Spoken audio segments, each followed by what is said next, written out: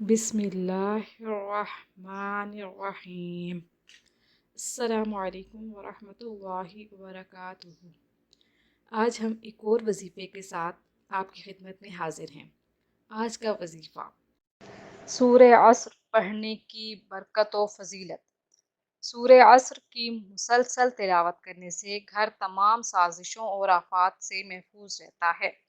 امام صادق نے فرمایا، جو شخص اپنی اختیاری نماز میں سورہ عصر کی تلاوت کرے گا، اللہ تعالیٰ اسے چمکدار چہرہ، خوش شکل اور خوشنما آنکھوں کے ساتھ اٹھائے گا، یہاں تک کہ جب وہ قیامت کے دن جنت میں داخل ہوگا۔ سورہ عصر ہر ایک کے لیے مفید ہے۔ اس سورت کو 7 مرتبہ پڑھ کر پانی پر دم کر کے مصیبت زدہ کو پلائیں۔ نماز فجر کے بعد 11 مرتبہ اس سورت کو پڑھنا حق پر قائم رہنے اور مشکلات کو برداشت کرنے کا باعث ہے۔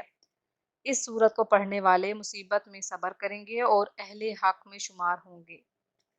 ایک حدیث میں ہے کہ جو شخص سورہ عصر کی تلاوت کرے گا، اللہ تعالیٰ اس کی مغفرت فرمائے گا۔ اگر یہ سورت عشاء کی نماز کے بعد لکھ کر رکھ دی جائے تو یہ اس ظالم حکمران سے حفاظت ہوگی جس کے سامنے لایا جائے گا۔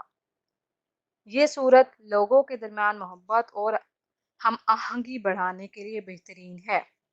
سورہ عصر کی تلاوت صبر و استقامت میں اضافہ کرتی ہے۔ مزید وظائف کے لیے ہمارے چینل کو وزٹ کرنا مت بھولیے گا اور جاتے جاتے ہمارے چینل کو سبسکرائب کر دیجیے۔